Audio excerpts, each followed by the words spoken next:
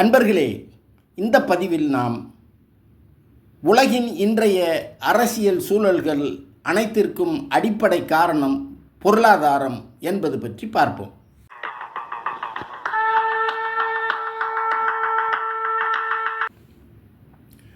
எந்த ஒரு நாடாக இருந்தாலும், எந்த ஒரு சமூக கட்டமைப்பாக இருந்தாலும், அங்கு அரசியலும் பொருளாதாரமும் ஒன்றை ஒன்று சார்ந்தே இயங்கி வருகிறது. ஒவ்வொரு நாட்டினுடைய பொருளாதாரமும் அந்நாட்டின் அரசியல் மீது மிகுந்த செல்வாக்கை செலுத்தி வருகிறது. இன்று உலக அளவில் தாக்கத்தை ஏற்படுத்தி வருகிற அரசியல் கோட்பாடான பொது உடைமை கோட்பாடு மற்றும் சமூக உடைமை கோட்பாடு போன்றவைகள் எல்லாம் பொருளாதார அடிப்படையாக கொண்டு தோன்றியவைகளே ஆகும். பெரும்பாலும் எல்லா அரசியல் கட்சிகளின் கொள்கைகளும் பொருளாதாரத்தை அடிப்படையாக கொண்டே அமைகிறது. உதாரணத்திற்கு சொல்வதென்றால், இந்தியாவில் இருக்கக்கூடிய பொது உடைமை கட்சிகள் எல்லாம் உலகமயமாக்கல், தனியார் மயமாக்கல் போன்ற பொருளாதார கொள்கைகளை எதிர்க்கின்றன. ஆனால் பாஜக, காங்கிரஸ் போன்ற கட்சிகள் இதனை ஆதரிக்கின்றன. ஜனநாயக நாடுகளில், எடுத்துக்காட்டாக இந்தியா போன்ற நாடுகளில், அதுவும் குறிப்பாக தமிழ்நாட்டில் தேர்தல் காலங்களில் கட்சிகள் வழங்கும் வாக்குறுதிகள், இலவசங்கள் எல்லாமே பெரும்பாலும் பொருளாதார சலுகைகளை மையமாக கொண்டே அமைந்துள்ளன. அதை போலவே பொருளாதார ஏற்றத்தாழ்வுகளும் அவை சார்ந்த சிக்கல்களுமே அரசியல் பிரச்சனைகளுக்கு காரணமாக உள்ளது. உதாரணத்திற்கு இப்போது நடந்து வரும் அமெரிக்க, ஈரான், இஸ்ரேல் போர் சூழலை சொல்லலாம். அதுபோல் ஒவ்வொரு நாட்டிலும் அந்நாட்டு அரசியல் அங்குள்ள பொருளாதாரத்தின் மீது செல்வாக்கு செலுத்துவதையும் பார்த்து வருகிறோம்.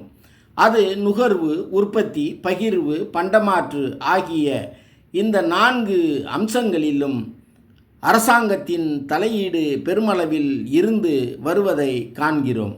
20ஆம் நூற்றாண்டின் ஆரம்பத்தில் அரசுகள் தங்களை நல அரசு என அறிவித்து கொண்டு பொதுத்துறை நிறுவனங்களை நிறுவி அரசே தொழில் செய்து வந்தது.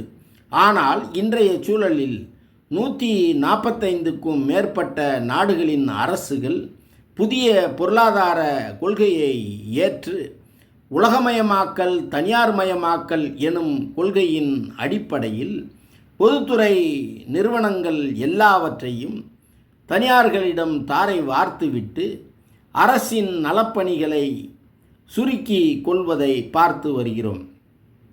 உதாரணத்திற்கு இன்றைய இந்தியாவில் எல்லா தொழில்களும் பொருளாதார வளங்களும் அம்பானி, அதானி மயமாகி வருவதை சொல்லலாம்.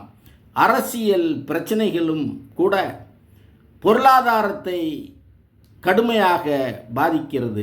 உதாரணத்திற்கு அமெரிக்க ஏகாதிபத்திய அரசு அறம் தவறி, உலக விதி தவறி சமீபத்தில் வெனிசுலா அரசு விடயத்தில் பொருளாதாரத்தை மையமாக வைத்து நடந்து கொண்ட விதத்தையும், அதே போன்று கடந்த 7 நாட்களாக ஈரான் விடயத்தில் போர் செய்து வருவதையும் கூறலாம்.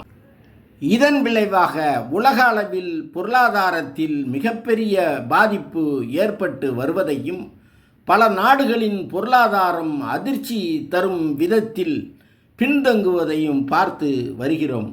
பொருளாதார பிரச்சனைகள் அரசியலை பாதிக்கின்றன. அதுபோல் பல்வேறு அரசியல் பிரச்சனைகளுக்கு பொருளாதாரமே வித்திடுகிறது. சுருங்க சொன்னால், எல்லா இடத்திலும் பணமே ஆதிக்கம் செலுத்துகிறது என்று சொன்னால் மிக இல்லை. மிகவும் எளிமையாக சொல்ல வேண்டும் என்றால், மது, மாது, சூது, தன் தேவை எதுவாக இருந்தாலும் அதற்கு பொருளாதாரமே அடிப்படை.